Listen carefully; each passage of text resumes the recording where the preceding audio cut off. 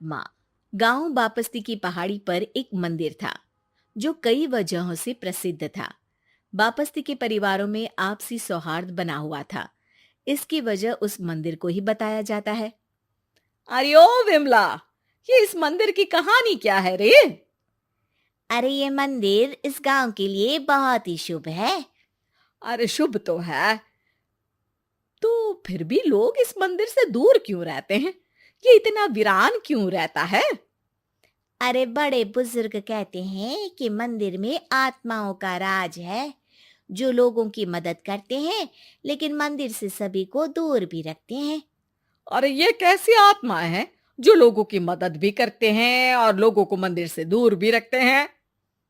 अरे यही चलता आया है यहाँ पर, इसीलिए कोई कुछ बोलता नहीं। क्योंकि जिसके घर में कोई भी परेशानी होती है तो बताते हैं कि इस मंदिर से उन्हें मदद मिलती है। अरे वाह, ये तो अच्छी बात है। तभी इस गांव में इतनी खुशहाली दिखती है। तभी बाहर किसी की चीखने चिल्लाने की आवाज आती है। दोनों बाहर निकलती हैं तो देखती हैं कि गांव के एक बुजुर्ग रो रहे हैं क्योंकि शहर से उन्हें कोई बुरी खबर मिली है। अरे क्या हुआ चच्चा, रो क्यों रहे हो आप? हाँ चाचा, बताओ ना, हुआ क्या? और क्या बताऊं बेटे। मेरा बेटा शहर गया हुआ था कमाने, लेकिन आज खबर मिली है कि उसका एक्सीडेंट हो गया। वो अस्पताल में भर्ती है।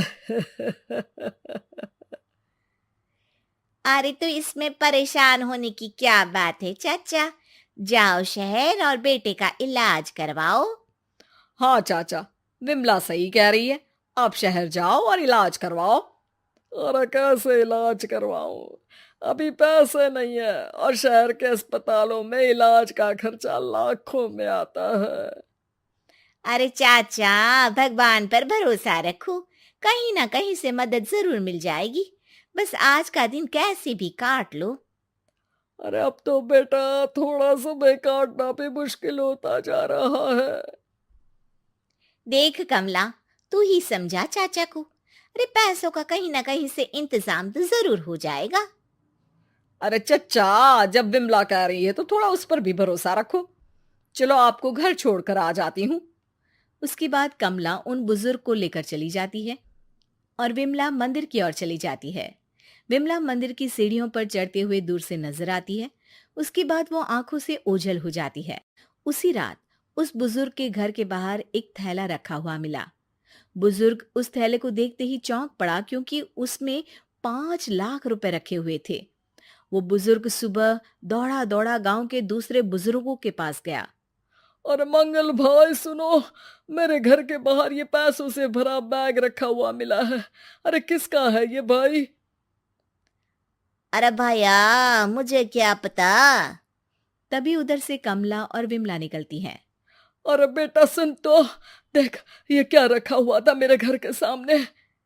कमला और विमला हैरानी से देखती हैं। अरे वाह, देख विमला, तूने कहा था ना कि कोई ना कोई मदद जरूर करेगा। अरे भगवान सबकी मदद करते हैं। ये पैसों की मदद भी भगवान ने ही भेजी है। और क्या। अब चच्चा सोच क्या रहे हो, शहर जाओ और बेटे का इलाज करवाओ। ठीक है बेटियों, जो तुम कहो।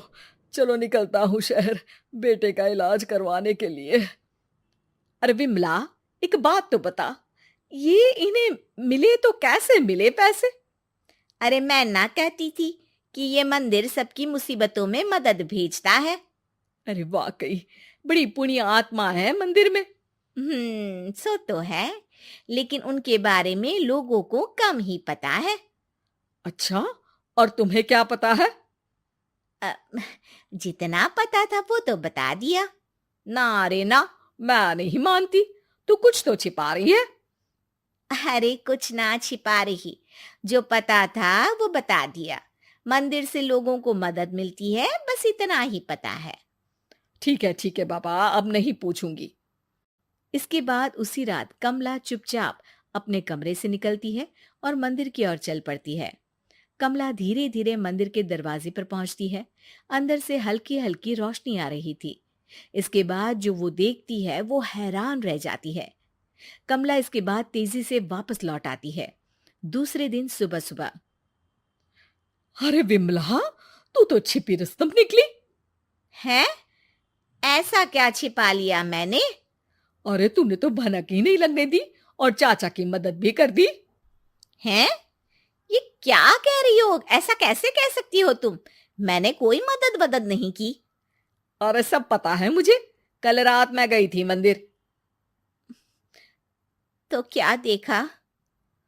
अरे तुम्हारा पति और कुछ लोग वहां दिखे, बोरियों में नोट भरे हुए थे और सभी नोट गिनने में लगे हुए थे। तो तुम्हें क्या लगा? वो क्या कर रहे थे? अरे मैं समझ गई कि वो लोग कहीं से डकैती कर पैसे लेकर यहाँ मंदिर के पीछे छिपाते हैं। अब जब तुम जान ही गई हो तो बता देती हूँ, लेकिन ये बात किसी को पता नहीं लगनी चाहिए। मेरे पति डकैती नहीं डालते हैं, बस उन लोगों से पैसे छीनते हैं जिन्होंने गलत तरीके से पैसे बनाए हैं। और फिर लोगों की मदद करते हैं। यही है वो पुण्य आत्माएं जो लोगों को मदद पहुंचाती है। अब समझी? हाँ, अब समझी उन पुण्य आत्माओं का चक्कर। सही है। करते रहो मदद, लेकिन सावधानी से, मेरी तरह कोई और ना पहुंच जाए।